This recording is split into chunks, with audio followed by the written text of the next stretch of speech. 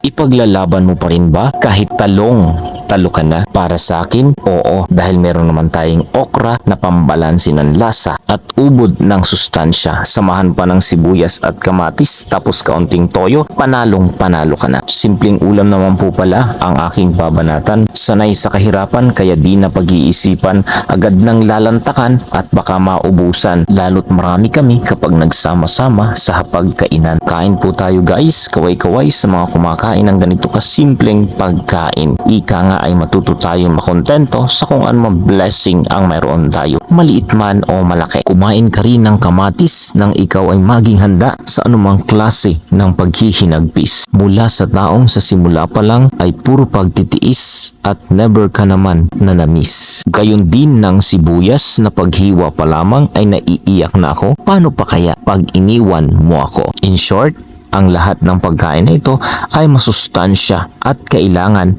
ng ating katawan sa araw-araw.